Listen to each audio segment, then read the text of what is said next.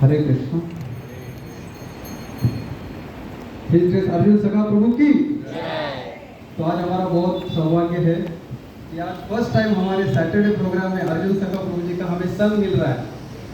तो आज हम बहुत भाग्यशाली मानते हैं हम अपने आप को। तो प्रभु जी का मैं संक्षिप्त परिचय देना चाहता हूँ। प्रभु जी हिज होलीनेस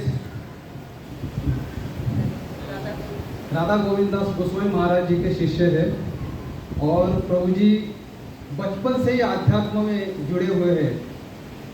उसका कारण है उनके माता पिता श्यामचंद्र प्रभु और सुंदरी माता जी।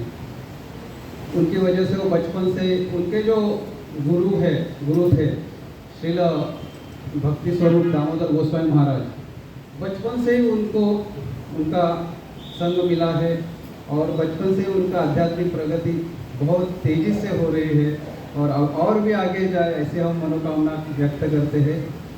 और प्रभु जी वैसे तो अभी सियाटल में रहते हैं। उन्होंने MS US में किया है और प्रभु जी आध्यात्मिक जगत में यानी कि इस्कॉन वर्ल्ड में इतने फेमस है कि वो अपने पूरे लेक्चर्स, उनका इतना सुंदर कीर्तन, इसकी वजह से पूरे इस्कॉन में फेमस है।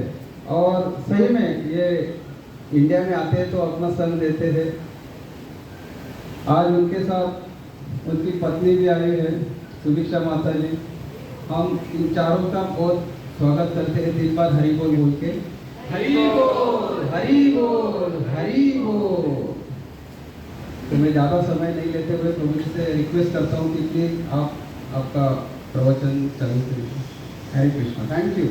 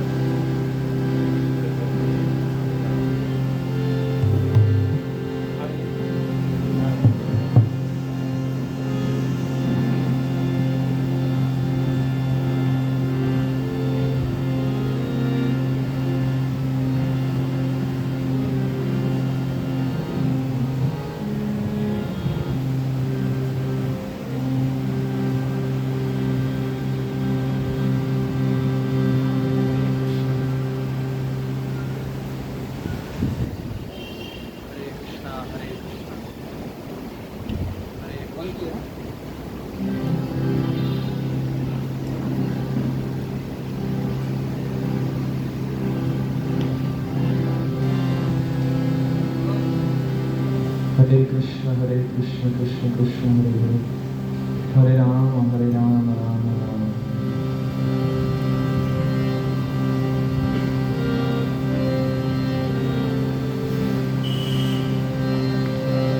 नामा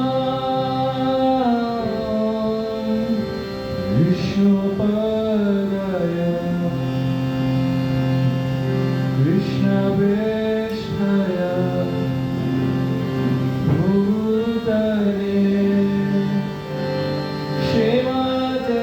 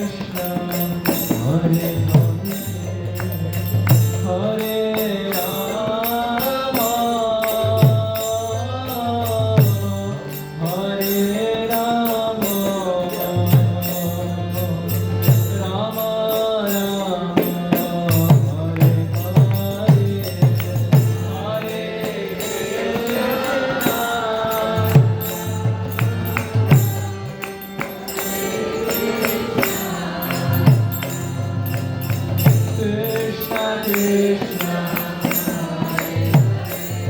और जोर से हरे राम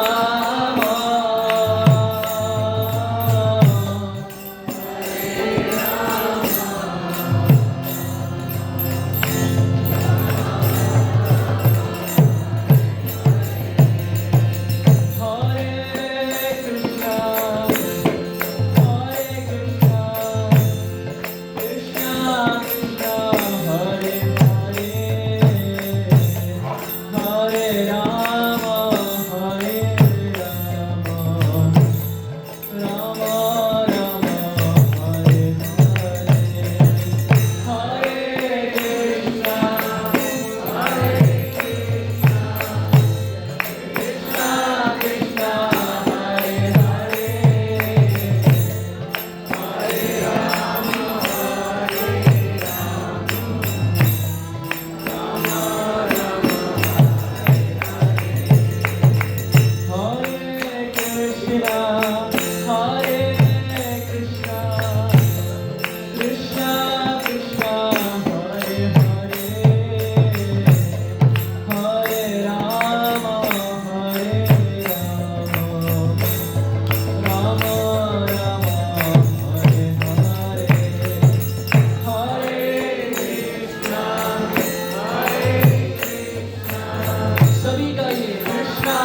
Krishna Hare Hare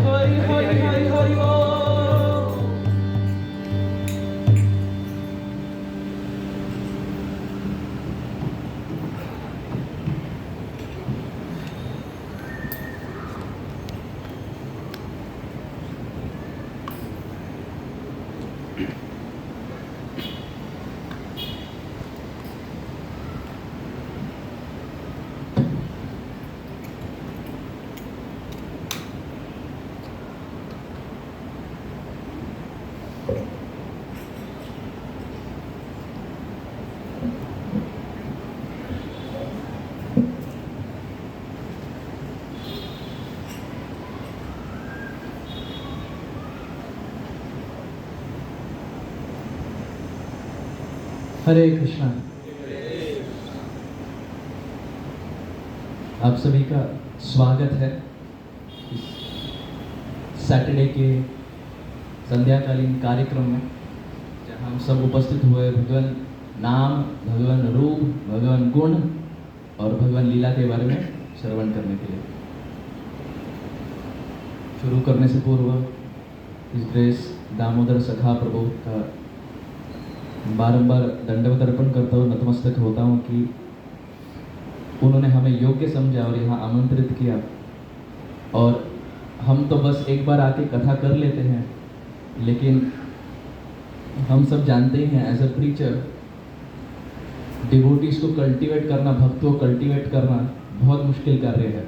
कई सारे प्रश्न आते हैं, घर में प्रॉब्लम होता है, कृष्णा कॉन्शियस या कृष्ण भावनामृत के पहले एक अलग जीवन होता है, तो वहाँ के संस्कार भी आते हैं। तो एक काउंसलर या प्रचारक के लिए बहुत मुश्किल कार्य होता है कि एक भक्त को हर वीक कल्टीवेट करना और उस भक्त के लिए कार्यक्रम आयोजित करना, कथा रखना, कीर्तन रखना और प्रसाद भी रखना। तो जैसे मैं कह रहा था कि मैं तो शायद एक बार आके कथा कर लेता हूँ, लेकिन मैं दामोदर सखा प्रभु और अमल राधा माता जी और यहाँ के जितने भी अध्यक्ष हैं, माफ़ कीजिए मैं सबको पहचानता नहीं हूँ, लेकिन यहाँ के जितने भी अध्यक्ष हैं, लीडर्स हैं इस कॉन्ग्रीगेशन के, आप सभी को नतमस्तक होता हूँ। जितने भी यहाँ उपस्थित भक्त वृंद है, वैष्णवी वृंद है, आप सभी के चरण कमलों में बारंबार दंडवत अर्पण करता हूँ। हम जो भक्त आए थे ट्यूसडे को, हम हनुमान मंदिर में मिले थे और वहाँ हम शिव जी के बारे में बात किए। टॉपिक तो हम गुरु के बारे में दिए थे, लेकिन सब समय का अभाव था, तो इसलिए हम शिव जी के बारे में बात किए। फिर राम मंदिर, तो हनुमान जी से हम गए राम जी पर, और राम मंदिर में क्या बात की हम राम मंदिर में, जो भक्त उपस्थित थे कि पूरे हाँ, अक्षय तृतीया और प्रहलाद महाराज, शायद यहाँ का क्राउड अलग है और वहाँ का अलग है। तो हम प्रहलाद महाराज के बारे में बात की, और क्योंकि वो दिन अक्षय तृतीया का था, हम अक्षय तृतीया पर भी चर्चा की। आज सैटरडे का दिन है, करते करते पूरा हफ्ता इसी निकल गया है। कई सारे विषय हैं जिस पर हम चर्चा कर सकते हैं, लेकिन क्योंकि हम कहे थे कि हम श्री गुरु पर कुछ कहेंगे, तो इसी टॉपिक को आगे लेते जाते हुए हम इस विषय पर कुछ चर्चा करने का प्रयास करेंगे। मेरी तो योग्यता है नहीं, मैं ना कोई गुरु हूँ, ना कोई ठीक शिष्य हूँ, तो मेरा तो कोई अधिकार नहीं है मैं इस विषय पर कभी बोलूँ। लेकिन जो हमारे आचार्यगण दिए हैं, गुरु इस शब्द को लेकर, इसके आसपास जो भी टॉपिक्स होते हैं, जो भी विषय होते हैं, उस विषय पर चर्चा करने का प्रयास करेंगे। कौन है गुरु और गुरु इस जगत में हमें क्या देने के लिए अवतरित होते हैं। तो ये शुरू करने से पूर्व, ये कार्यक्रम शुरू करने से पूर्व हम सब मंगलाचरण का गायन करेंगे। मंगलाचरण यानी इन्वोकेशन प्रेयर्स। ये वो श्लोक है जो शायद जो भक्त है, जो प्रैक्टिस करते आए हैं, सबको कंठस्थ ही है। ये वो श्लोक है जिसके उच्चारण करने मात्र से पवित्रता प्राप्त होती है जीव को। इन्वोकेशन प्रेयर्स, हम जब भी कुछ शुभ शुरू करने का प्रयास करते हैं, हम मंगलाचरण का गायन करते हैं। तो कथा से बढ़कर शुभ शायद और कुछ भी नहीं है। तो हम सब मंगलाचरण का गायन करेंगे। यदि आप सबको ये कंठस्थ है तो आप मेरे पीछे पीछे दोहराइए, और यदि ना भी हो तो केवल श्रवण कर लीजिए, क्योंकि भगवान का श्लोक है, भगवान का गुणगान है। केवल श्रवण करने से लाभ ही लाभ प्राप्त होता है। ओम अज्ञानतिमिरान्धस्य ज्ञानाञ्जनशलाखया चक्षुरुन्मिलितं येन तस्मै श्री गुरवे नमः। श्रीचैतन्यमनोभीष्टं स्थापितं येन भूतले स्वयं रूप कदा मह्यं ददाति स्वपदान्तिकं। वन्देऽहं श्रीगुरो श्रीयुतापदकमलं। श्रीगुरून् वैष्णवांश्च श्रीरूपं साग्रजातं सहगणा रघुनाथान्वितं तं सजीवं साद्वैतं सावधूतं परिजनसहितं कृष्णचैतन्यदेवं श्रीराधा कृष्णपादान् सहगणललिता श्रीविशाखान्वितांश्च हे कृष्णा करुणा सिन्धो दीनबन्धो जगत्पते गोपेश गोपिकान्त राधाकान्त नमोऽस्तुते तप्त काञ्चन गौराङ्गी राधे वृन्दावनेश्वरी वृषभानुस्तुते देवी प्रणमामि हरिप्रिये वाञ्छाकल्पतरुभ्यश्च कृपा सिन्धुभ्य एव च पतितानां पावनेभ्यो वैष्णवेभ्यो नमो नमः नमो विष्णुपादाय कृष्णप्रेष्ठाय भूतले श्रीमते भक्तिवेदान्त स्वामिनिति नामिने नमस्ते सरस्वती देवे गौरवाणी प्रचारिणे निर्विशेष शून्यवादी पाश्चात्य देशतारिणे जय श्री कृष्ण चैतन्य प्रभो नित्यानंद श्री अद्वैत गदाधर श्रीवासादि गौर भक्त वृंद। सभी हाथ उठाकर हरे कृष्णा कृष्णा कृष्णा हरे हरे हरे राम राम राम हरे हरे। गुरवे गौरचंद्राय राधिकाय तदालये कृष्णाय कृष्णभक्ताय तद्भक्ताय नमो नमः। आनंदलीलामय विग्रहाय हेमावदिव्यच्छविसुन्दराय तस्मै महाप्रेमरसप्रदाय चैतन्यचन्द्राय नमो नमस्ते। नित्यानन्दमहं नौमि सर्वानन्दकरं परं हरिनामप्रदं देवम् अवधूतशिरोमणि।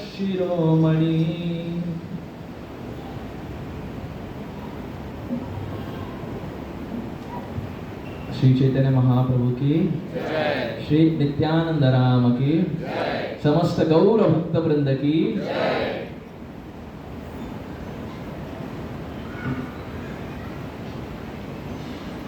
शास्त्रों में हम देखते हैं कि बारंबार इस शब्द का उल्लेख हुआ है गुरु।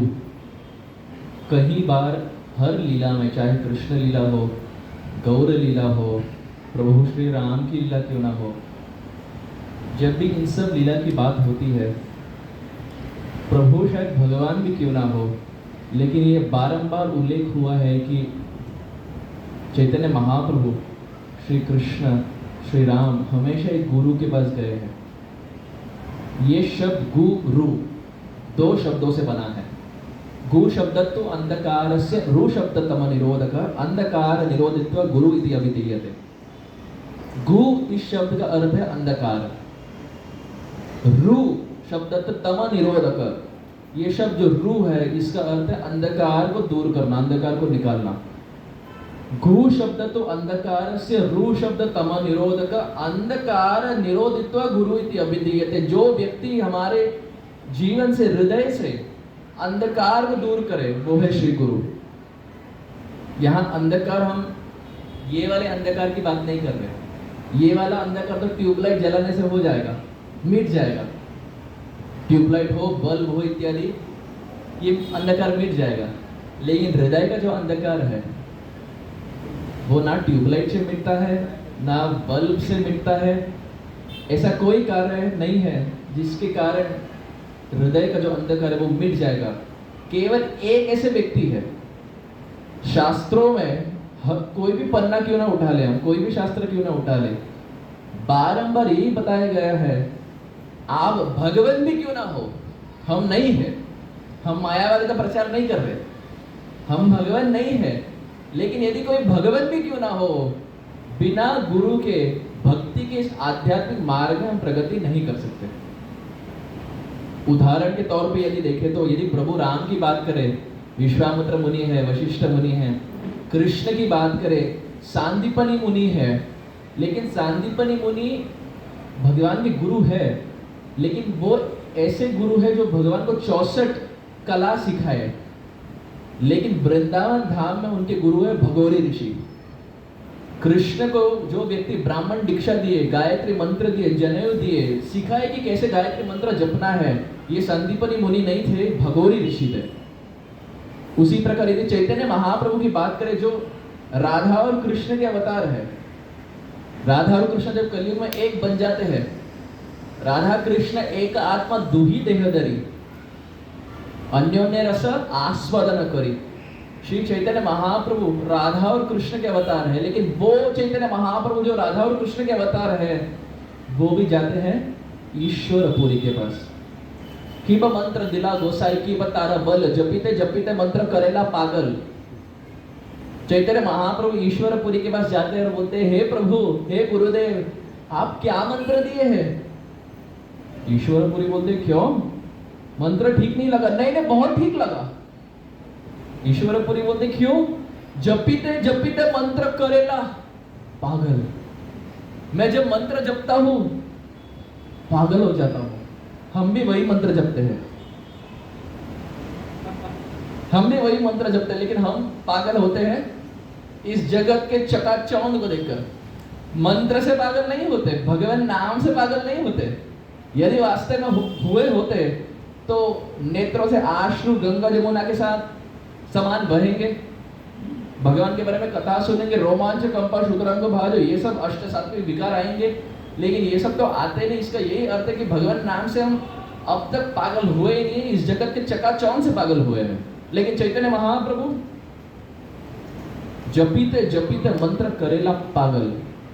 कबीराज गोस्वामी ऐसे शब्द का प्रयोग करते हैं ताकि हम सब समझ ही जाए, ट्रांसलेशन की जरूरत ही नहीं है। ये है चैतन्य महाप्रभु। अब राम की बात करें, गए गुरु महाराज के पास, कृष्ण की बात किए गए गुरु महाराज के पास, चैतन्य महाप्रभु की बात किए गए गुरु महाराज के पास। हम श्रीला भक्ति सिद्धांत सरस्वती ठाकुर की बात करें, गए गुरु महाराज के पास। प्रभुपाद जी की बात करें, गए गुरु महाराज के पास। हमारे गुरु महाराज, यदि हम दीक्षित हो तो हमारे गुरु महाराज भी गए प्रभुपाद जी के पास। और हम भी यही भाव रखते कि एक दिन यदि हम दीक्षित ना हो तो हम भी ऐसे व्यक्ति के पास जाए जो किन्हीं से आश्रित हो, है ना। तो यदि भगवान ये कर सकते हैं तो भक्त को तो करना ही चाहिए, अति आवश्यक है। तो गुरु, ये दो शब्द से, गु और गु शब्द तो अंधकारस्य, रु शब्द तम निरोधक, अंधकार निरोधित्व गुरु इति अभिधीयते। जो व्यक्ति इस अंधकार को दूर करे वो है श्री गुरु। प्रभुपाद जी, हम यदि गुरु की बात करें तो हमारे संप्रदाय में श्रीला प्रभुपाद जी से बढ़कर मानो ऐसे कोई गुरु थे ही नहीं जो इतना प्रचार किए। एक सन्यासी कह रहे थे कि चारों संप्रदाय को यदि मिला ले उससे अधिक प्रभुपाद जी ने प्रचार किया अकेले। चारों संप्रदाय के यदि आचार्य को साथ ले ले, रामानुजाचार्य, मध्वाचार्य, विष्णु स्वामी इत्यादि, इन सबको यदि साथ ले लेंगे, इन्होंने जितना प्रचार किया उससे अधिक प्रभुपाद जी ने प्रचार किया 70 के बाद। जब सब रिटायरमेंट के लिए जाते हैं प्रभुपाद जी तब स्टार्ट किया उनका बिजनेस। हम यदि 55-60 हो जाते हैं, हम अब रिटायरमेंट ले लेते हैं, अब हम नौकरी नहीं करेंगे इत्यादि।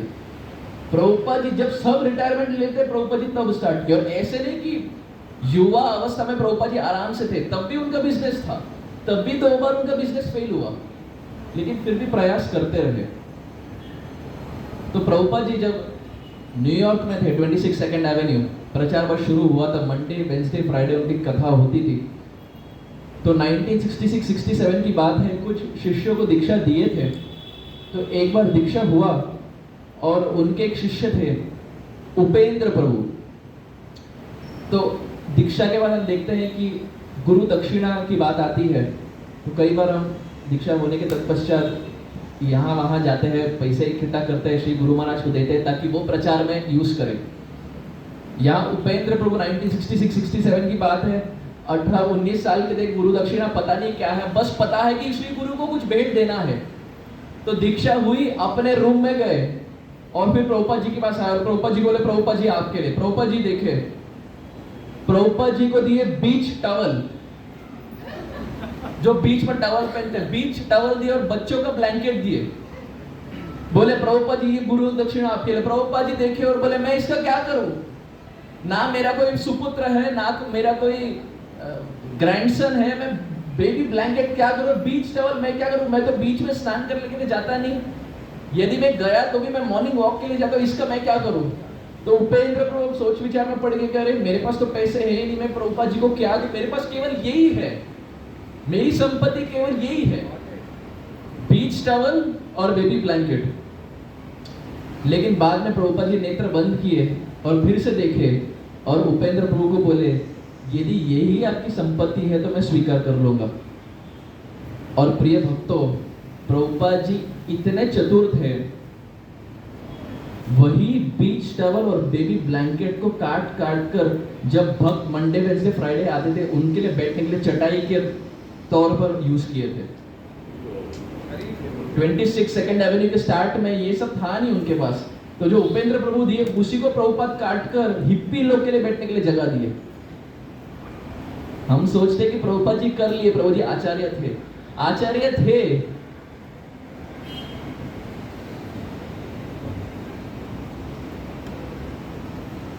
प्रभुपाद जी कर लिए, हाँ आचार्य भी थे, लेकिन जो श्रम प्रभुपाद जी किए ये कोई मानो कोई आम इंसान शायद कर ही नहीं पाता। और प्रभुपाद जी के 70 के वर्ष, तो शास्त्रों में से कई सारे वर्णन आते हैं, हम गुरु शिष्य की बात कर रहे हैं।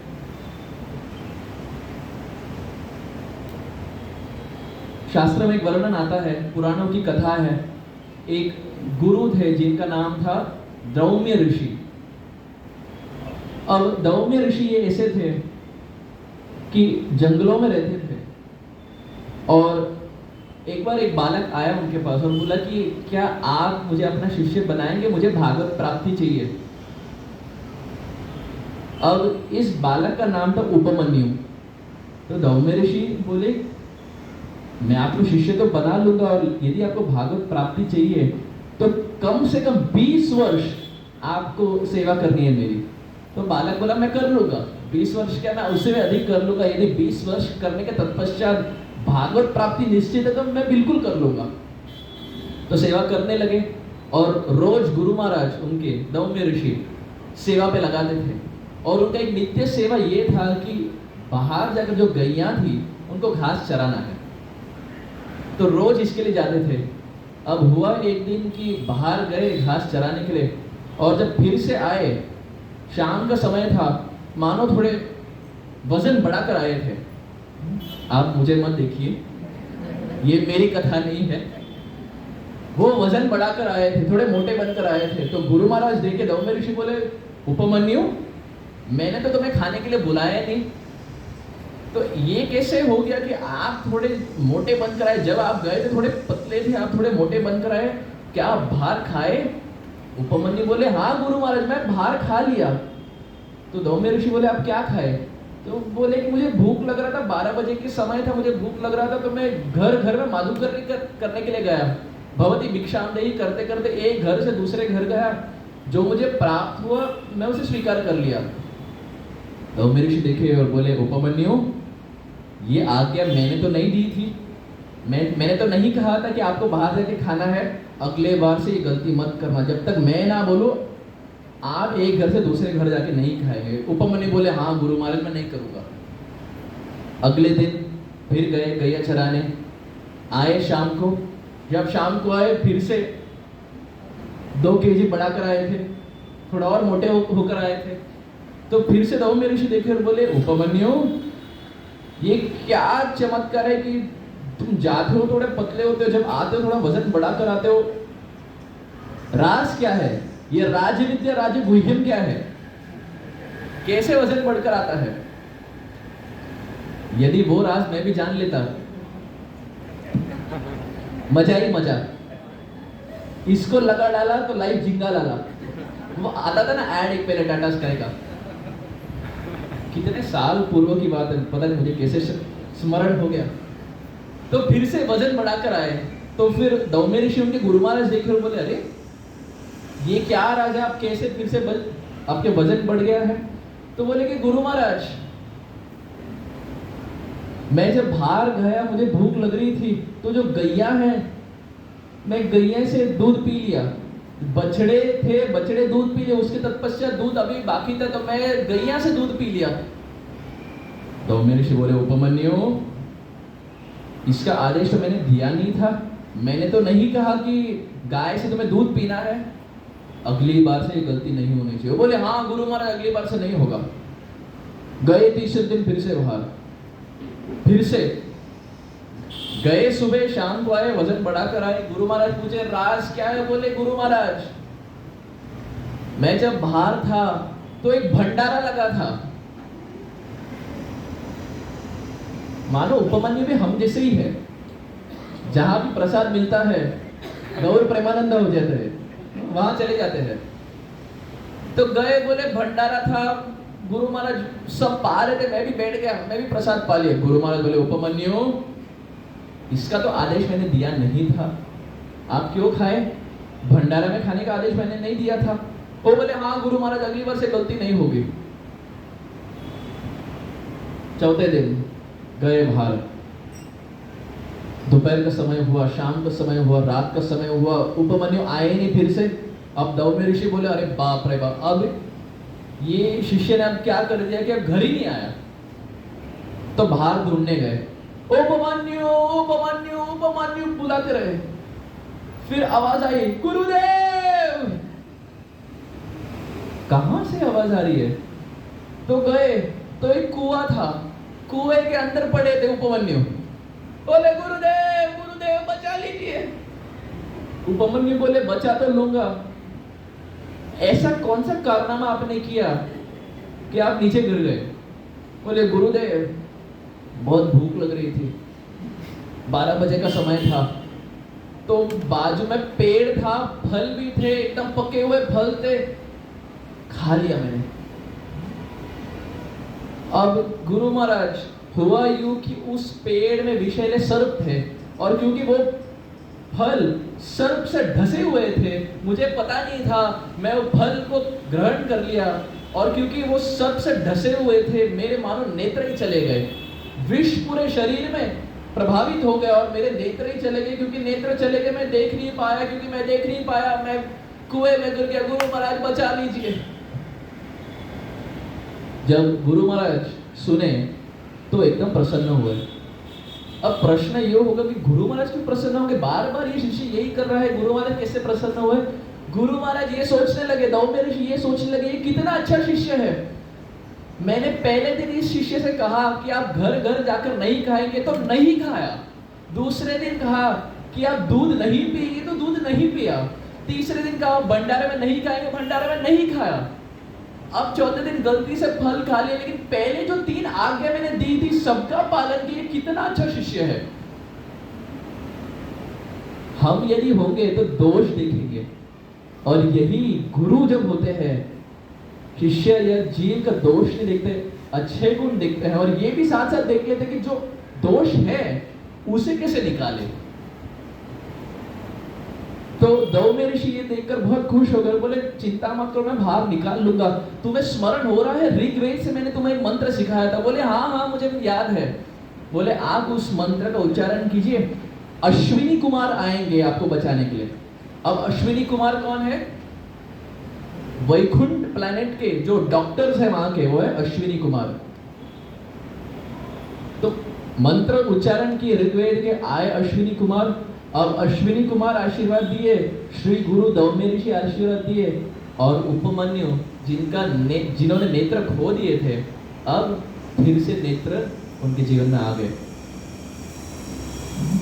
इसी को हम कहते हैं ओम अज्ञान तिमिरान्धस्य ज्ञानान जनशलाखया चक्षुर उन्मीलितं येन तस्मै श्री गुरवे नमः। ये बस कहने की बात नहीं है प्रिय भक्तों, ये आँख खोलना यदि जीवन की बात करें वो तो बाहर का डॉक्टर भी कर सकता है, लेकिन जो हृदय का आंख खोलना है, आध्यात्मिक दृष्टिकोण से जो आंख खोलना है, ये केवल श्री गुरु कर सकते हैं।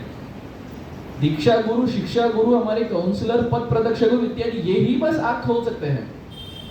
हम कई बार सोचते हैं कि नहीं नहीं दीक्षा गुरु सब कुछ है, शिक्षा गुरु नहीं है ना। चैतन्य चरितामृत में कविराज गोस्वामी लिखते हैं, शिक्षा गुरु ने जानिए कृष्णेर स्वरूप अंतर्यामी भक्त श्रेष्ठ यही दुई रूप। बोलते हैं कि शिक्षा गुरु दीक्षा गुरु से कोई कम नहीं है। जिस प्रकार दीक्षा गुरु साक्षात हरित्वेन समस्त शास्त्र है, भगवान है, उसी प्रकार शिक्षा गुरु भी भगवान के समान है, दर्जा उनको भी वही देना चाहिए। ये कौन बोलते हैं? श्रील कविराज गोस्वामी। अब उपमन्यु बाहर आए और क्योंकि गुरु महाराज इतने प्रसन्न हो गए थे, अपना कर कमल उठाए और सिर पर धारण किए। किनके? उपमन्यु के। और जो उपमन्यु जिनको कहा था कि आपको 20 साल लगेंगे भागवत प्राप्ति के लिए, क्योंकि गुरु महाराज प्रसन्न हुए थे, केवल अपना हस्त कमल रखे वो उपमन्यु जो नेत्र खो दिए थे और जो 20 साल की सेवा नहीं किए, तत्क्षण उसी समय उन्हें भागवत प्राप्ति हो गया। जितना भी शास्त्र ज्ञान था सब उनके हृदय में आ गया। कब? जब श्री गुरु केवल हस्त कमल रखे सिर पर। गौमे ऋषि के ऐसे एक और शिष्य थे, अरुणी। मैं ये इसलिए बोल रहा हूं क्योंकि यदि हम कथा में रहे तो एंड में पूरा जिक्सॉ पजल हमें समझ में आएगा। हम एक बात सिद्ध करने का प्रयास कर रहे हैं, हम कुछ अलग अलग पास टाइम लेंगे और अंत में सबको जोड़ेंगे। तो यदि हम बीच में ये यदि हो गया तो लिंक टूट जाएगा। एक और शिष्य है दौम्य ऋषि की, जिनका नाम है अरुणी। पहले शिष्य का नाम क्या था?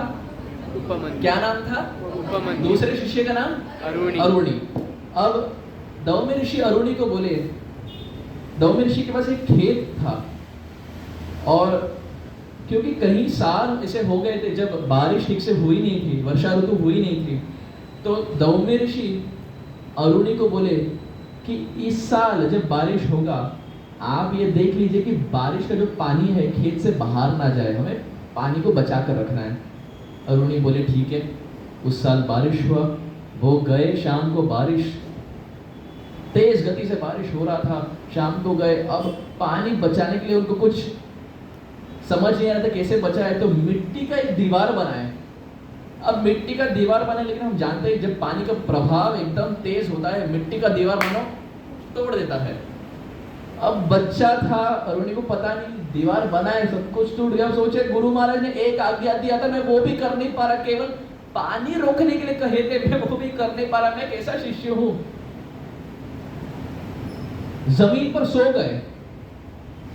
एक खड्डा जैसा था, वहां पानी बचाने के लिए ये अरुणी जमीन पर सो गए ताकि पानी मेरे पे गिरे। और कैसे तो यदि थोड़ा पानी में बचा पाऊं अपने गुरु महाराज के लिए, तो मैं कह तो पाऊंगा कि अधिक से अधिक बचा नहीं पाया, लेकिन आपके लिए गुरु महाराज थोड़ा तो मैं पानी बचा पाया। तो जमीन पर सो गए।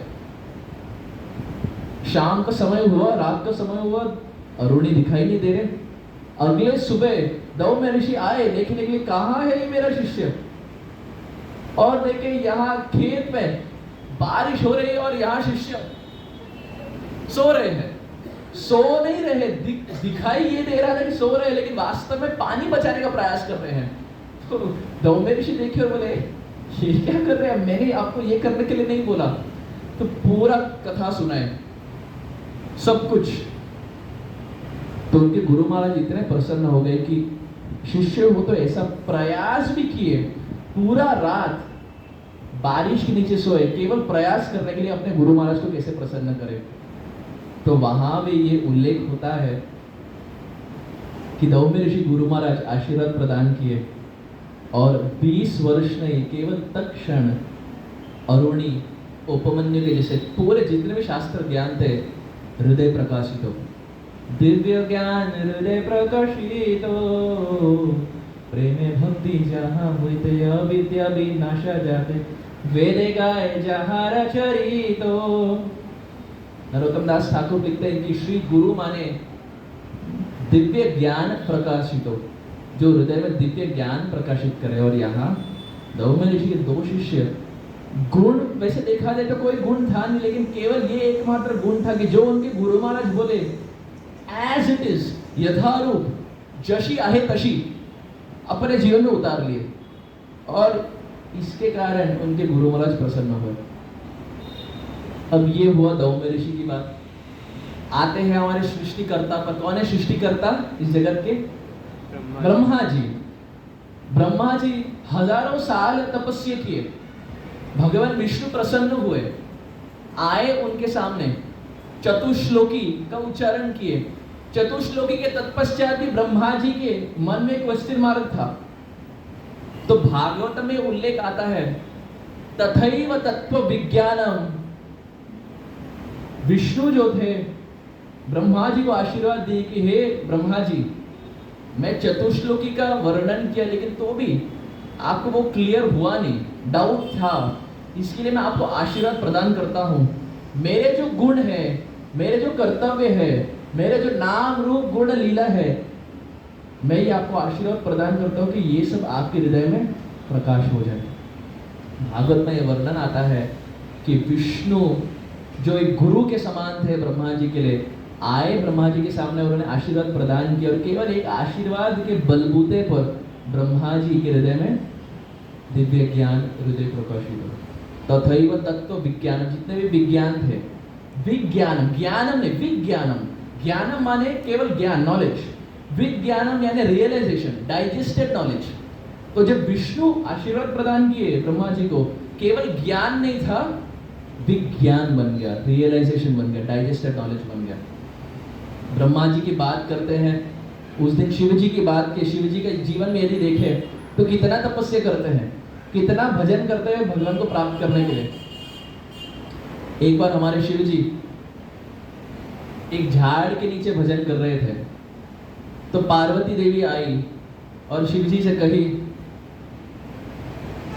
आप यदि आपके मित्रों को देखें, सबके पास बड़े बड़े घर हैं,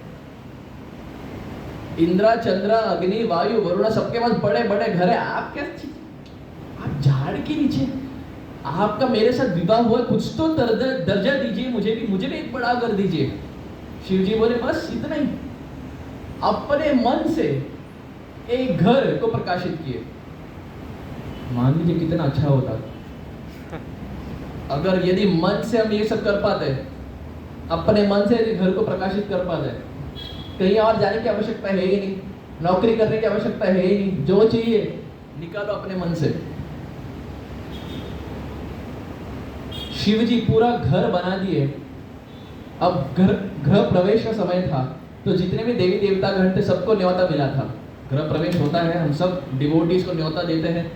शिव जी जितने भी अन्य देवी देवता गण थे सबको न्योता दिए, सब आए। और जब सब आ रहे थे, जो शिव जी हमारे सबको एक भेंट स्वरूप एक गिफ्ट दे रहे थे, सबको एक एक गिफ्ट दिए। सब गिफ्ट दे दिए। शिव जी को लगा अब घर के अंदर प्रवेश करेंगे, एक साधु और आए। अब गिफ्ट खत्म हो गए, साधु एक और है, अब क्या करें? शिव जी जो घर बनाए थे पार्वती के लिए, पूरा घर ही भेंट दे दी साधु को। पार्वती बोले हे प्रभु ये क्या है, आप घर मेरे लिए बनाए थे, यहाँ पूरा डोनेशन हो गया, इतना बड़ा चैरिटी। स्वयं महेश श्वशुरो नगेश सखा धनेश तनयो गणेश तथापि भिक्ष ठणमेव शंभु बलियसी केवलमीश्वरेच्छा। शिव जी कौन है? अब शिव जी का रिज्यूमे देखिए। स्वयं महेश, खुद है महेश।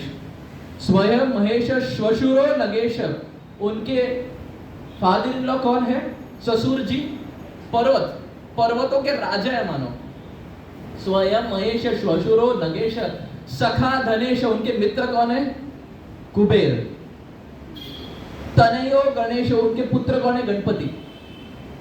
यदि हमारे रिज्यूमे में शायद इसमें से एक भी होता, हाँ, यदि हमारे मित्र मुकेश अंबानी या हमारे पुत्र जो भी कोई हो, या हमारे ससुर जी इत्यादि, यदि इसमें से कुछ एक भी होता, हम तो मानो और क्लाउड 9। शिव जी के पास तो मानो सब कुछ है, स्वयं महेश शशुरो नगेश सखा धनेश तनयो गणेश, लेकिन तथापि भिक्षाटनमेव शंभु, हर जगह जाते हैं भिक्षा करते हुए। बलियसी केवलमेश्वरेच्छा, ईश्वर की इच्छा मानते हुए हमारे शिव जी भजन में इतने आतुर है, भजन के लिए इतना समय देते हैं कि इस जगत को और कुछ में समय नहीं लगाते। वो चाहे घर हो, गाड़ी हो, बंगला हो, बैंक बैलेंस हो इत्यादि, केवल भजन में टाइम लगाते हैं।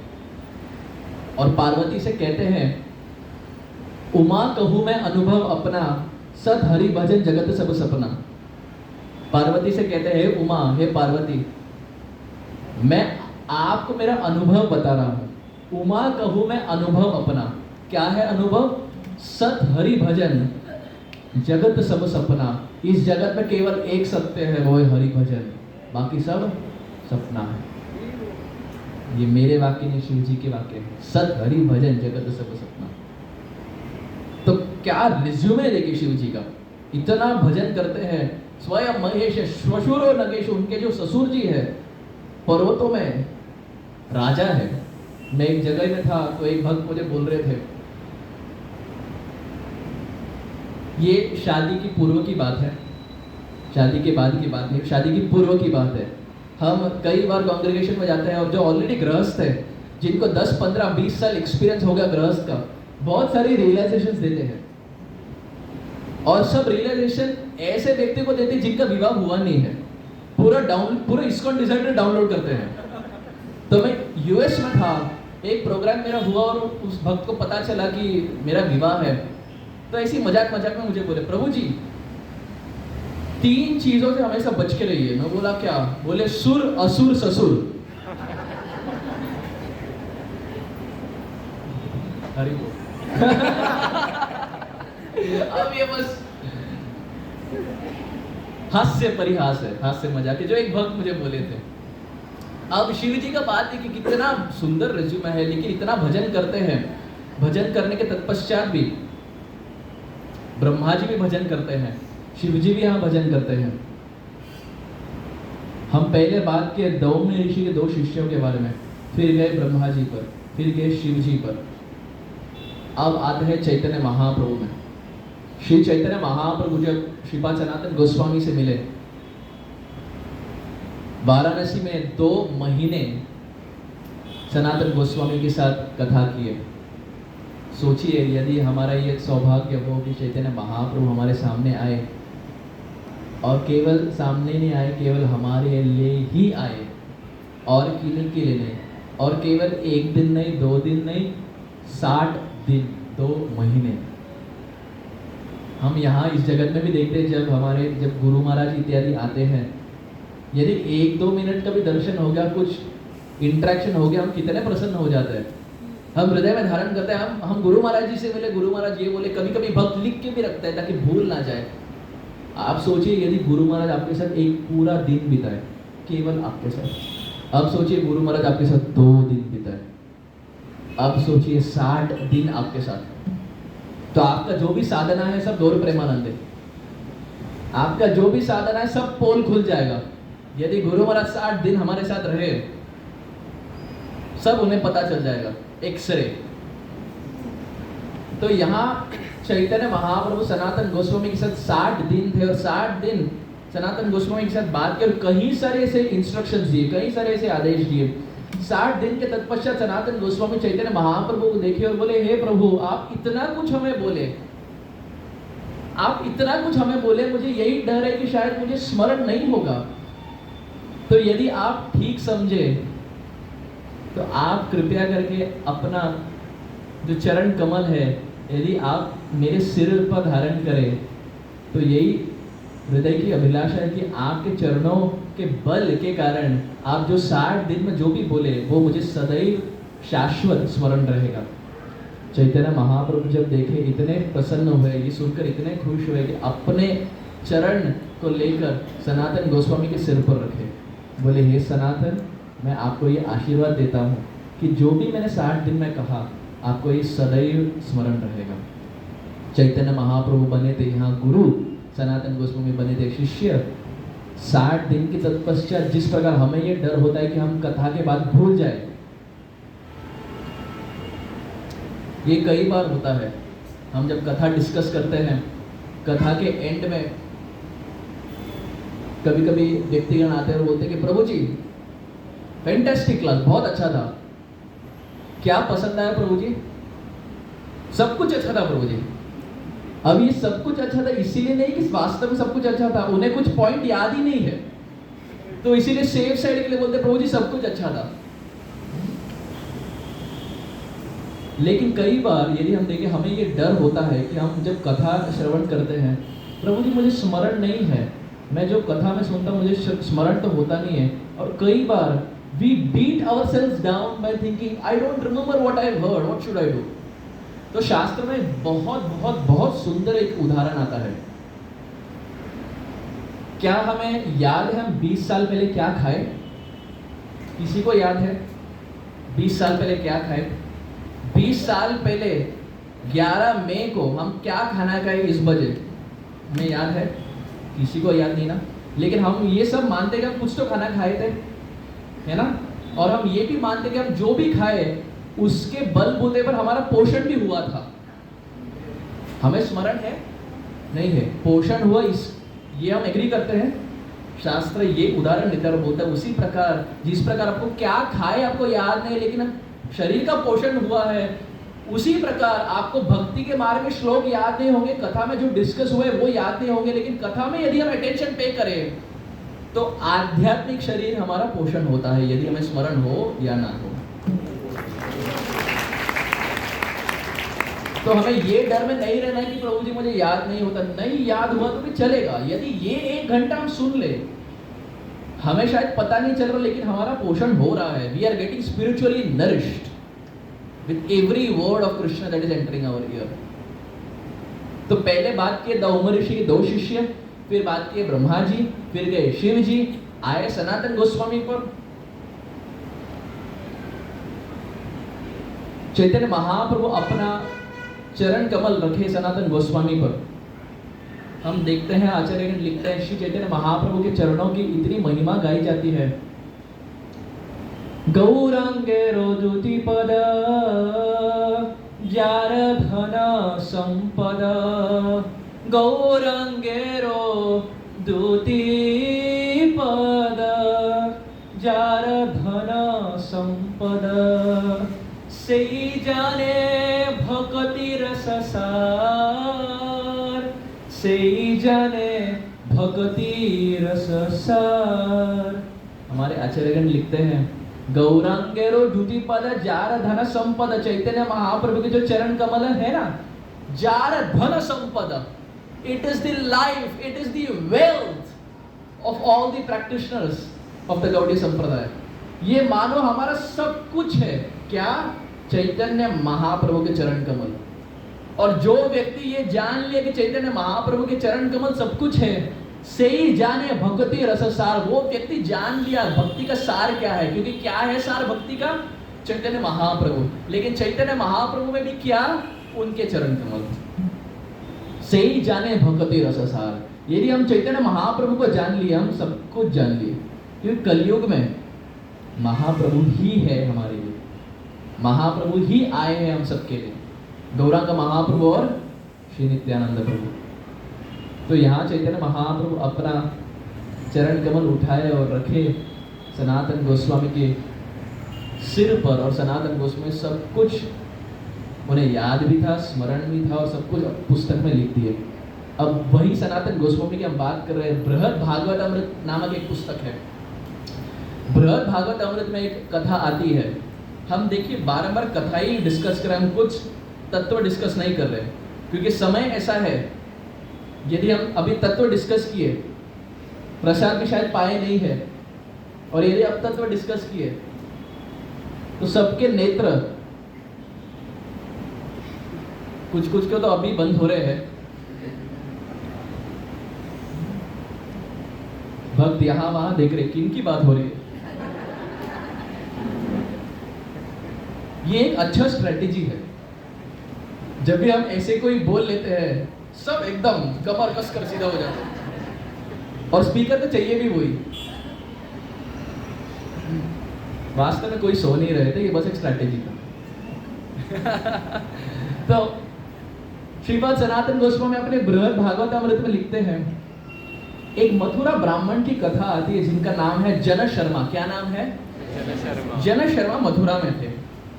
अब जन शर्मा के गुरु महाराज है गोप कुमार। क्या नाम है?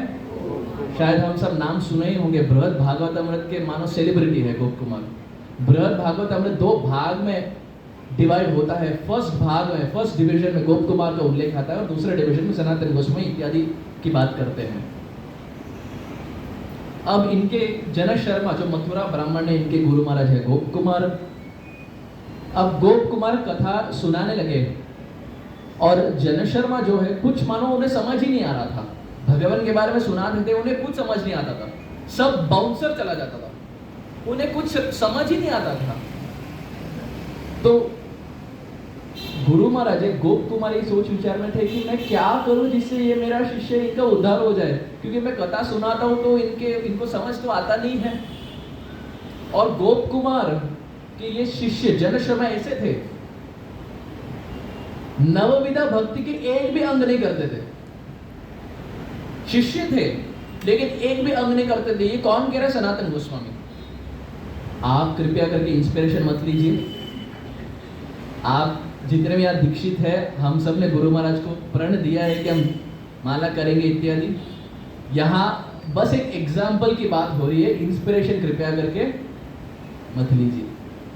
जन शर्मा नवविधा भक्ति के एक भी अंग नहीं करते थे। क्या है नवविधा भक्ति? श्रवणम, कीर्तनम, विष्णु स्मरणम, पाद सेवनम, अर्चनम, वंदनम, दास्यम, सख्यम, आत्मनिवेदनम इति पुंसार्पिता विष्णु भक्तिश्च नवलक्षणम।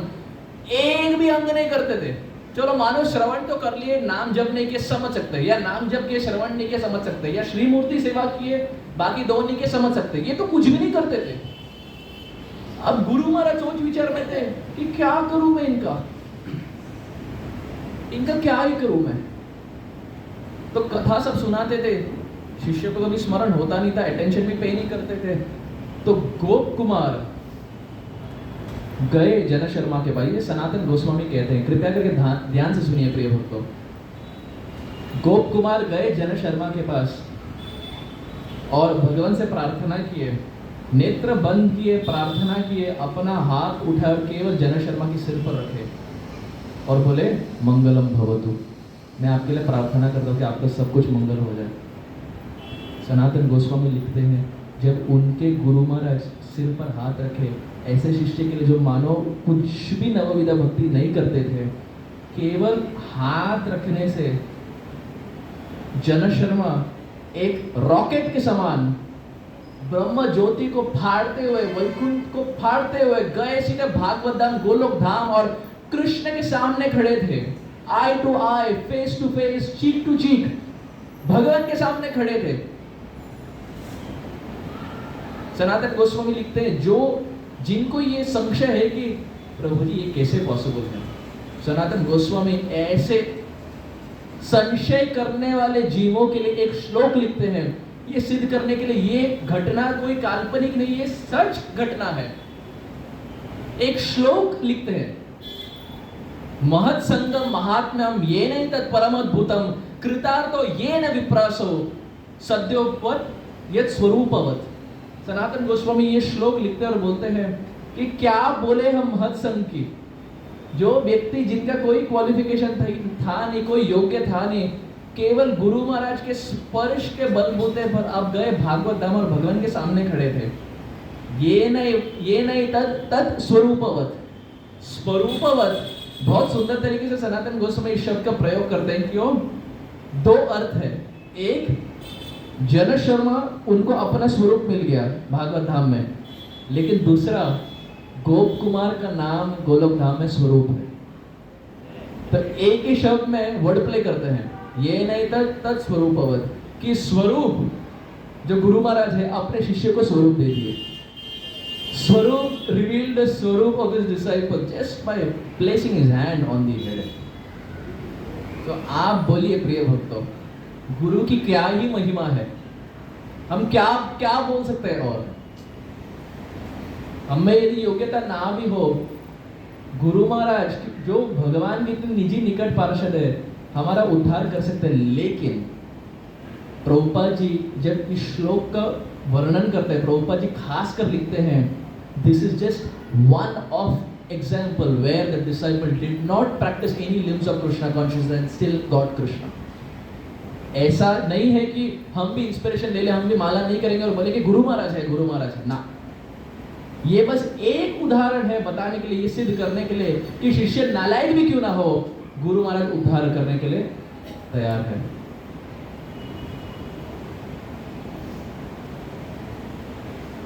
स्वरूप कहा गया है कि स्वरूप राधा रानी के पार्षद है, तो उद्धार करने के लिए भी राधा रानी के पार्षद इस जगत में आए थे अपने शिष्य को उद्धार करने के लिए। तो हम 4 पास टाइम्स डिस्कस किए।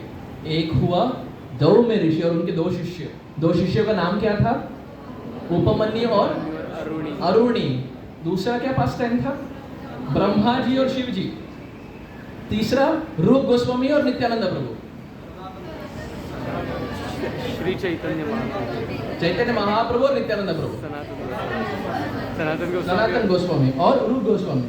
नहीं नहीं, हाँ, और चौथा जन शर्मा एंड गोप कुमार। ये कौन से पुस्तक से? भगवत गीता, बृहद भागवतम। बृहद भागवतम, ठीक है, अटेंशन है। अब चारों में यदि देखें, गुरु की महिमा गाई गई है। हम शास्त्र की बात कर रहे हैं कि यहाँ कैसे शिष्य को शास्त्र पता नहीं था और कुछ कंठस्थ था नहीं, लेकिन फिर भी गोप कुमार या स्वरूप शिष्य को भागवत धाम लेके गए।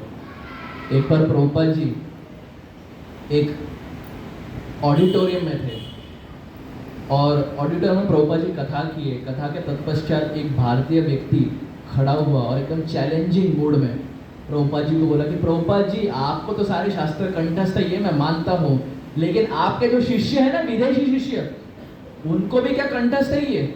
यदि उनको कंठस्थ हो तो मैं मान लूंगा कि आप जो कर रहे हैं एकदम फर्स्ट क्लास है।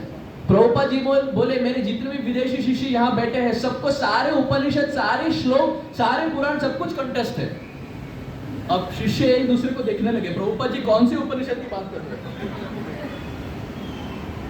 तो वो आदमी बोला अच्छा तो बताइए, थोड़ा डेमो वेमो दीजिए, हम भी जान ले कि कैसे आपको विदेशी शिष्यों को सब कुछ पता है। प्रभुपाद जी यमुना माता जी को बुलाए और यमुना माता जी को बोले, यमुना आपको तो सारे उपनिषद पता है, आज के लिए आप ईशोपनिषद बोलिए। तो यमुना माता जी बोली ठीक है। अब यमुना माता जी को केवल 5 श्लोक कंठस्थ है और प्रभुपाद ऑडिटोरियम में सबके सामने बोले पूरा ईशोपनिषद बोलिए और यमुना माता जी को केवल 5 श्लोक कंठस्थ है। यमुना माता जी शुरू की, पहला श्लोक, दूसरा श्लोक, तीसरा श्लोक होते ही हार्ट बीट फास्ट हो गया, चौथा श्लोक, 5वां श्लोक खत्म हो, प्रभुपाद जी बोले बस देखिए कैसे मेरे शिष्य को सब कुछ पता है।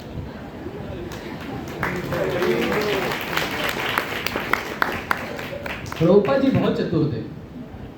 अब कैसे उनको पता ये हमें नहीं पता, लेकिन प्रभुपाद जी जानते थे यमुना माता जी को केवल 5 श्लोक पता है। 5 श्लोक बोले, वहां रुका दिए। वो व्यक्ति भी खुश हो गया, वाह विदेशी शिष्य, वो भी ईशोपनिषद को कंठस्थ है।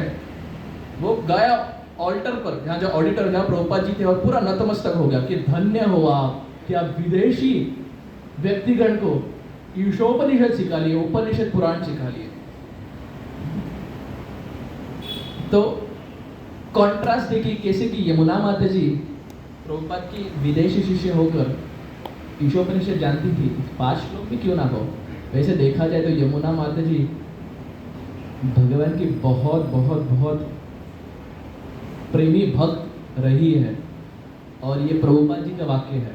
प्रभुपाद जी केवल एक व्यक्ति, इतने सारे उनके शिष्य हैं, केवल एक शिष्य को कहे हैं that Yamuna is on the platform of भाव। प्रभुपाद किसी को नहीं बोले, एक भी शिष्य को प्रभुपाद जी नहीं बोले, केवल एक शिष्य को कहे कि Yamuna is on the platform of भाव, तो वो है यमुना माता जी। तो आप समझ ही सकते हैं, यदि प्रभुपाद जी बोले हैं, अब क्या ही आगे बोले। और भाव यानी कोई साधारण नहीं है। भजन क्रिया, अनर्थ निवृत्ति, निष्ठा, रुचि, आसक्ति, फिर भाव। भाव के ऊपर मानो केवल प्रेम है, कुछ बचा ही नहीं है। तो वो यमुना माता जी जिनको सारे श्लोक कंठस्थ है विदेश से होकर भी, और यहाँ हम देखते हैं जन शर्मा जो मथुरा ब्राह्मण है लेकिन नवविधा भक्ति किए नहीं, लेकिन फिर भी भगवत धाम पा लिए। अब देखिए बहुत सुंदर ये बात आती है। 5 मिनट। इसीलिए हम ट्यूसडे को ये डिस्कस नहीं किए क्योंकि मुझे ये डर था कि मंदिर बंद हो जाएगा, हम चालू ही रहेंगे। अब इतना यदि हम सुन लिए, अब ध्यानपूर्वक सुनिए, हम कुछ कंपैरिजंस करने वाले हैं। ब्रह्मा जी वैकुंठ की प्राप्ति करने के लिए भजन करते हैं। दौम्य ऋषि के जो शिष्य है अरुणी और उपमन्यु वैकुंठ पाने की इच्छा से भजन करते हैं। तो यदि वैकुंठ पाने की इच्छा से इतने तीव्रता से भजन करते हैं तो हमें ब्रज पाने के लिए कितना और तीव्रता से भजन करना होगा, क्योंकि हमारा गंतव्य स्थान वैकुंठ नहीं है, हमारा गंतव्य स्थान है श्री वृंदावन धाम। और वैकुंठ के लिए इतना यदि श्रम करना है, इतना भजन करना है, तो वैकुंठ से बढ़कर है मथुरा, मथुरा से बढ़कर है वृंदावन धाम। तो और कितना तीव्रता से हमें भजन करना पड़ेगा वो वृंदावन धाम पाने के लिए। वृंदावन धाम कोई साधारण क्षेत्र नहीं है, ये भगवान का घर है और हमारा भी घर है। बस बात ये कि समझने की देरी है, घर हमारा भी है, जो प्रभु का घर है वो हमारा भी घर है। तो भक्ति रसामृत सिंधु में हम देखते हैं 64 भक्ति के अंग जो है उसमें से प्रमुख सबसे पहला अंग है गुरु पादाश्रय। ये कौन कहते हैं? रूप गोस्वामी। भक्ति का सबसे पहला अंग गुरु पादाश्रय, श्री गुरु के चरण कमलों के प्रति आश्रय, और जैसे श्री गुरु कहे अपने जीवन में उतारना। अब वैकुंठ की बात कर रहे हैं। वैकुंठ में विराजमान है लक्ष्मी देवी। हम इस जगत में अपना कार्य कर्तव्य करते हैं, ऑफिस इत्यादि जाते हैं, क्यों? ताकि जेब में लक्ष्मी। मेरे महाराज जी बोलते हैं, श्रीला राधा गोविंद महाराज बोलते हैं कि यदि केवल हम लक्ष्मी के पीछे रहे, केवल धन इकट्ठा करें और नारायण कृष्ण की आराधना ना करें, तो यह रावण प्रवृत्ति है। क्यों? क्योंकि रावण सीता के पीछे था लेकिन राम के पीछे नहीं था। तो यदि हम केवल पैसा पैसा पैसा पैसा पैसा करें और कृष्ण या राम ये चैतन्य महाप्रभु की आराधना ना करें, तो ये रावण प्रवृत्ति है। शायद हम राक्षस, बाहरी दृष्टिकोण से हम राक्षस दिखते नहीं होंगे, लेकिन भाव प्रवृत्ति वही है। तो हमारा मार्ग यही है, यदि हम धन भी इकट्ठा करें, साथ ही साथ प्रभु की भी आराधना करें, और वो जो धन है जितना हो सके भक्ति के इस मार्ग में लगाए, प्रचार में लगाए, ताकि चैतन्य महाप्रभु और प्रभुपाद जी का ये जो आंदोलन है ये आगे बढ़े। अब बात हो रही है लक्ष्मी जी की। लक्ष्मी जी नारद मुनि से सुनी कि कैसे वृंदावन के कृष्ण बेणु बजाते हैं, बछड़ा चराते हैं, गाय चराते हैं, घर घर जाके चोरी करते हैं, डकैती करते हैं, माखन गाते हैं। अपने हस्बैंड या पति के और देखिए और बोले आप तो कुछ भी नहीं करते, आप ना चोरी करते हैं, आप ना माखन खाते हैं, आप कुछ भी नहीं करते, आपसे तो बेहतर वो कृष्ण है। बछड़ा चराते हैं, गाय चराते हैं, कितना कुछ कार्य करते हैं, यमुना में छलांग लगाते हैं, अपने मित्रों से के साथ खेलते हैं, आप तो कुछ भी नहीं करते। तो नारद मुनि से सुनने के तत्पश्चात हृदय में ये जिज्ञासा जाग उठी कि मुझे जाना है श्री वृंदावन धाम। क्यों? क्योंकि मुझे कृष्ण का दर्शन प्राप्त करना है। तो लक्ष्मी जी आई बेलवन, भजन करने लगी। कृष्ण आए उनके सामने और कृष्ण बोले कि आपको क्या चाहिए? तो लक्ष्मी जी बोली कि मुझे रास में प्रवेश करना है, आपका जो रास होता है मुझे रास में प्रवेश करना है। कृष्ण बोले ठीक है, लेकिन उसके लिए 3 कंडीशन है। यदि आप ये 3 कंडीशन करेंगी तो आपको रास में प्रवेश, क्योंकि रास में केवल गोपीगण प्रवेश होती है, तो यदि आप ये 3 कंडीशन करेंगी तो आपको रास में प्रवेश है। लक्ष्मी जी बोली हाँ हाँ जो भी आप बोले मैं कर दूंगी। तो कृष्ण बोले पहला आपको ब्रज धाम में जन्म लेना पड़ेगा। तो लक्ष्मी जी सोची, बोले ठीक है, ब्रज में जन्म ले लेंगे। कृष्ण बोले दूसरा, आपको गौ माता और गोबर के साथ रहना पड़ेगा पूरा दिन, क्योंकि गोपीगण क्या करती है, गोबर लेती है, दीवार में लगाती है। तो यदि आपको रास में प्रवेश करना है तो आपको गोपीगण जैसा करना पड़ेगा, यानी आपको ब्रज में जन्म लेना पड़ेगा, यानी आपको वही करना पड़ेगा जो गोपीगण करते हैं। आपको दूध निकालना पड़ेगा, गोबर लेना पड़ेगा, ये सब करना पड़ेगा। अब लक्ष्मी जी, ये मानो उनके लिए आप सीईओ को यदि बोले कि आपको क्लर्क की नौकरी करनी है, क्या इस जगत में कोई कर पाएगा? नहीं कर पाएगा ना। अब लक्ष्मी जी मानो यहाँ आकर दूध निकालना है, गोबर इत्यादि करनी है। लक्ष्मी जी सोची, बोले ठीक है, हम ये भी कर लेंगे, तीसरा क्या है? अब कृष्ण बॉम्ब फेंके। कृष्ण बोले तीसरा, आपको एक गोप से विवाह करनी होगी। गोप से विवाह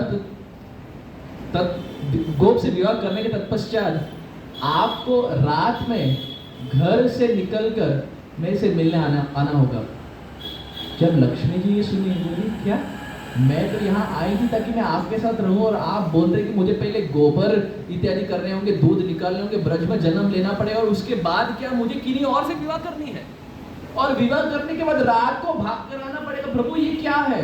भगवान बोले हाँ, गोपीगण ये सब करती है, आप ही तो बोले आपको रास में प्रवेश करना है। लक्ष्मी जी बोली पहले दो तो हो जाएगा, तीसरा शायद नहीं होगा। भगवान बोले अब वेट कीजिए, आपको और समय है, आप यहीं रहिए, भजन कीजिए।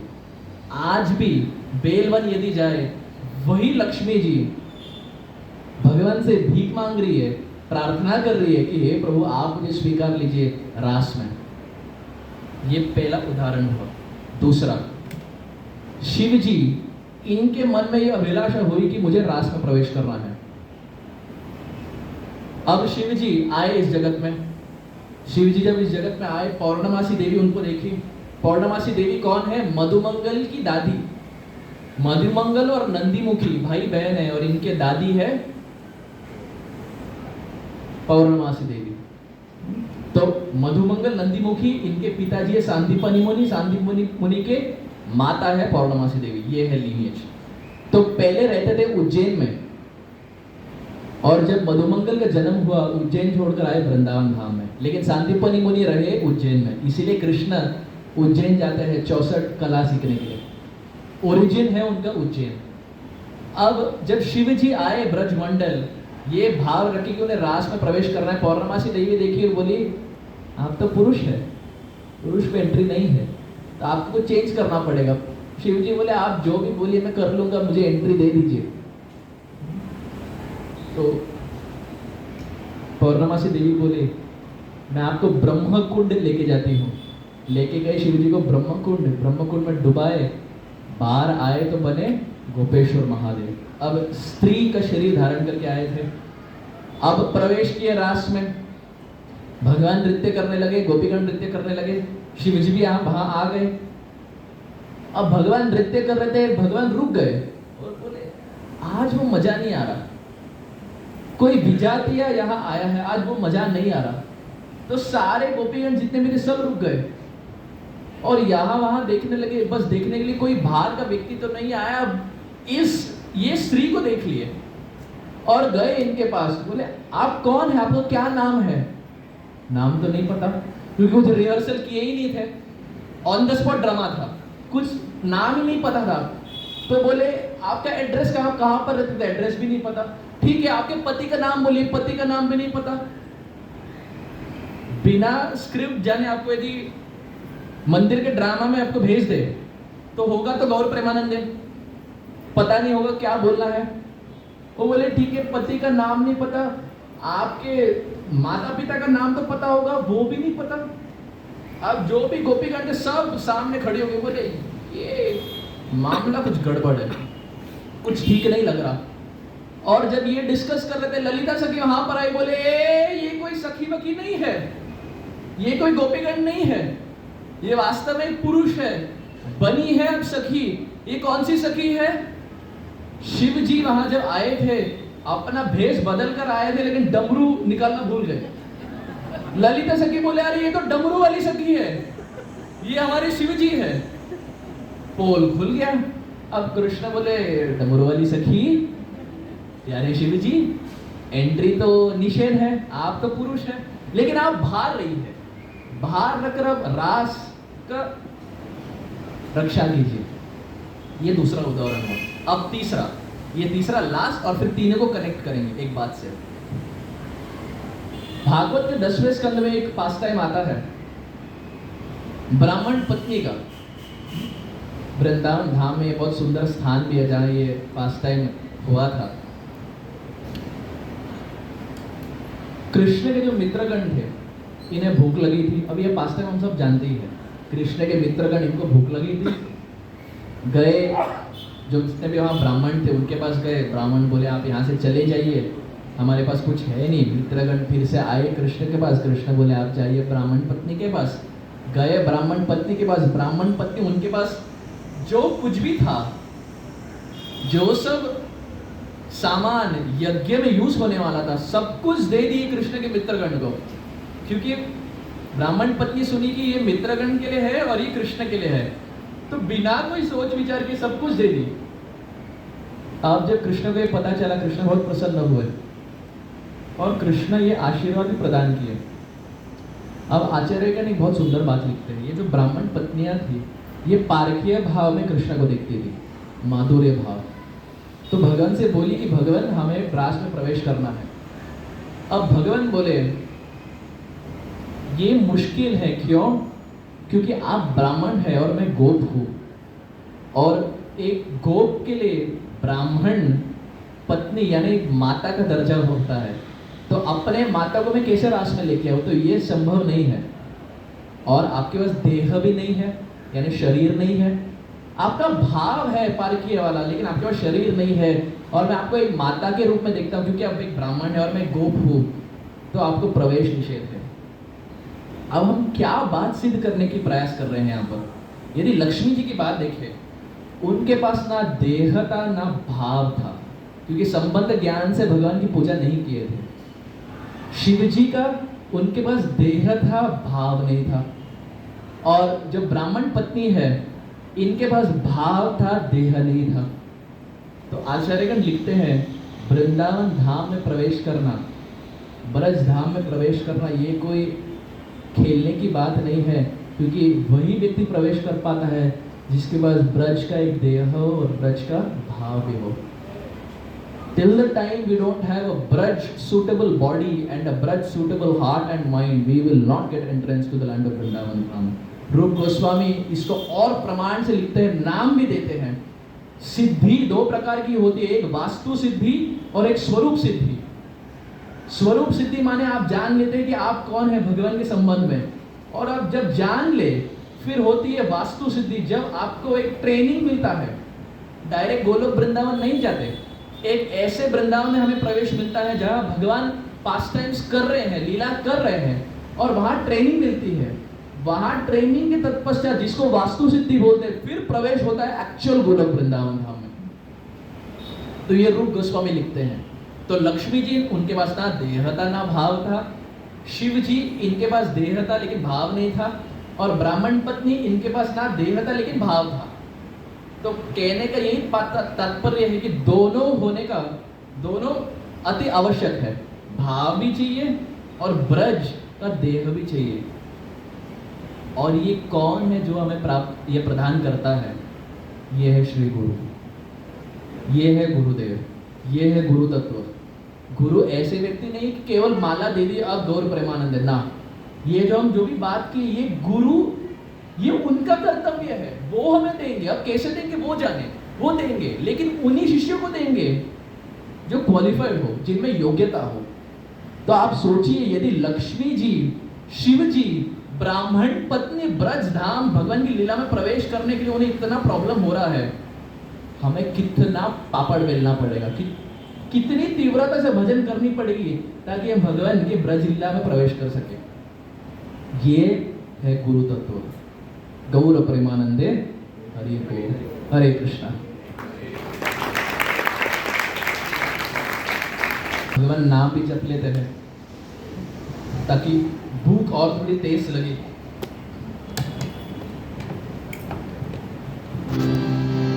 प्रिय भक्तों, कृपया करके अपने हृदय से गाइए। जो भी हम चर्चा किए स्मरण करने का कोशिश कीजिए और भगवान को पुकारिए कि हे प्रभु, मेरे में सामर्थ्य नहीं है, मेरे में योग्यता नहीं है, मैं एक छोटे से स्थान वसंत विहार में बैठा हूँ और आप पूरे अनंत ब्रह्मांड के स्वामी हैं।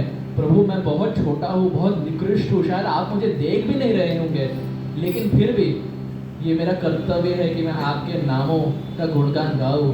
और हे प्रभु, भाग यही है कि यदि आप योग्य समझे तो मुझे वृंदावन धाम में प्रवेश दीजिए और सही भाव भी दीजिए, और यदि आप योग्य समझे तो देह भी दीजिए, ताकि आपकी जो लीलाएं हैं इनमें रहकर मैं आपकी सेवा करता हूँ। श्री वृंदावन धाम की जय।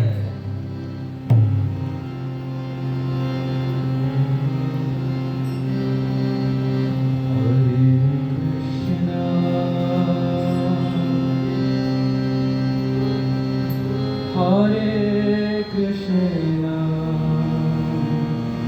Krishna Krishna, Hare Hare,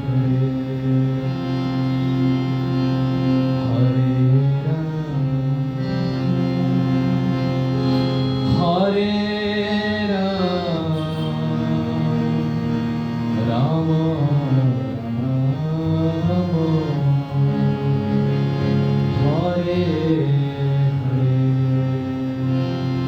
सभी गाइए।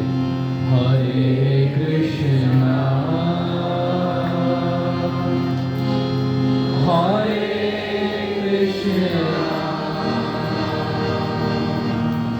Krishna Krishna,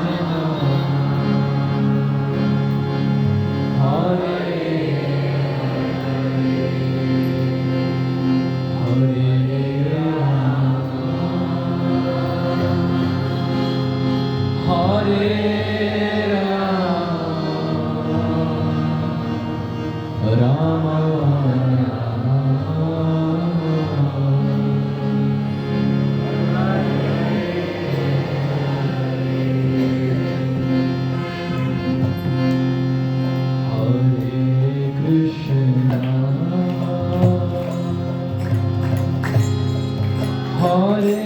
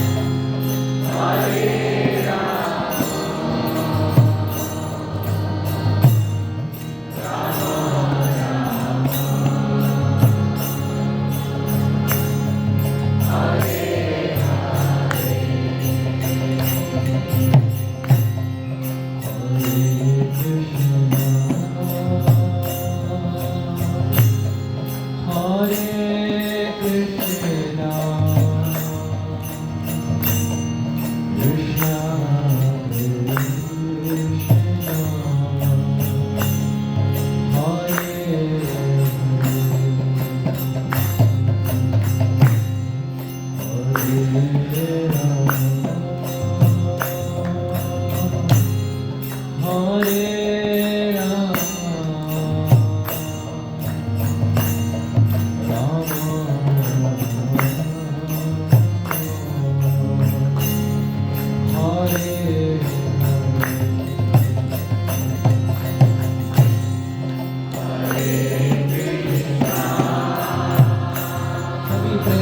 जोर से हरे कृष्णा कृष्णा कृष्णा